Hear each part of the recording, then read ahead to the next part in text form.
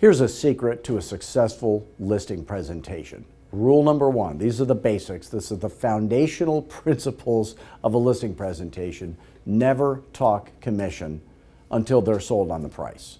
Never talk price until they're sold on listing with you tonight. They're sold on you, your company, and listing with you tonight.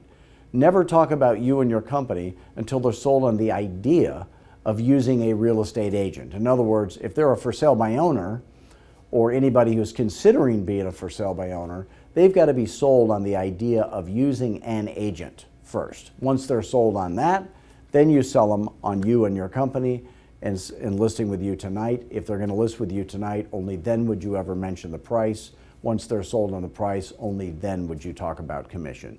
Doing things in the right order is the secret to not losing listings that were easily gettable.